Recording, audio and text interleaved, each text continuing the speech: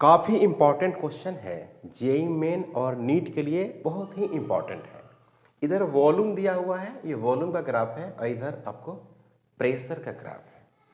हमको बताना है work done in the cyclic process shown on the PV diagram the magnitude of work done is.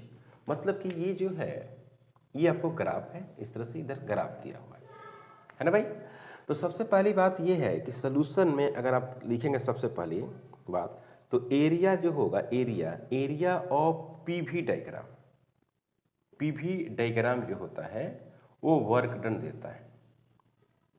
ये तो आपको पता है कि वर्क डन मिलता है, थर्मोडायनामिक्स में ऐसा आप पढ़े होंगे।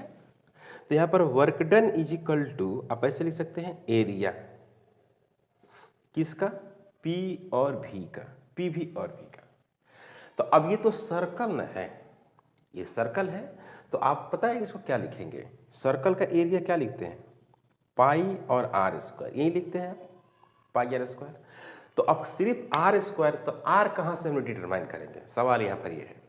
तो हम क्या करेंगे ना यहाँ पर कि हम इसकी डायमीटर को पता कर लेते हैं, इधर से भी डायमीटर पता कर लेते हैं, ये डायमीटर, पहले इसका डायमीटर ये वाला हम पता करना चाहते हैं। तो कैसे पता करेंगे, पहले बात देखो, W is equal to diameter अगर हम मालूम करना चाहेंगे तो कैसे करेंगे। इसमें क्या होगा कि एक रेडियस यहाँ से लिया जाएगा, एक रेडियस आप ये लेंगे है ना, एक रेडियस क्या लेंगे, मतलब कि ये वाला लेंगे। अगर मान लीजिए कि हम ये डायमीटर अगर कैलकुलेट करते हैं यहाँ से यहाँ तक तो P2 माइनस P1 हो जाएगा, और रेडियस अगर कैलकुलेट करेंगे तो क्या लिखेंगे, P2 माइनस P1 डिवाइडेड बटे 2। तो अगर हम एरिया में पुट करेंगे तो पाई, रेडियस क्या लिखेंगे, P2 माइनस P1 डिवाइडेड बटे 2 का स्क्वायर।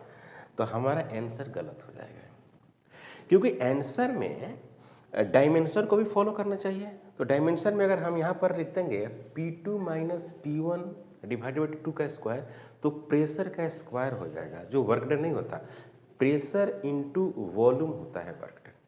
तो इसीलिए मैं कह रहा हूँ कि इसका भी डायमीटर निकालो और उसका रेडियस निकाल लो, इसका भी डायमीटर निकालो और उसका रेडियस निकालो। इसमें प्रेशर और वॉल्यूम दोनों होना चाहिए, यही इंपॉर्टेंट है यहाँ पर।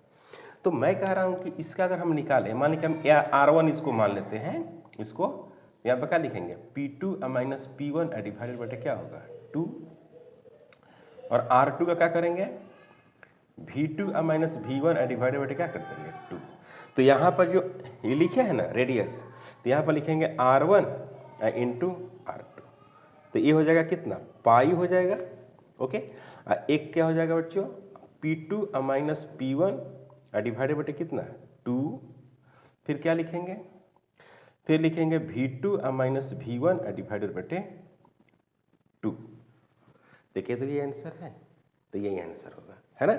मतलब कि प्रेशर भी होना चाहिए और वॉल्यूम भी होना चाहिए, ये नहीं कि एक ही का सिर्फ डायमीटर निकाल कर रेडियस निकाल कर स्क्वायर कर दिया, ऐसा नहीं कर सकते आप।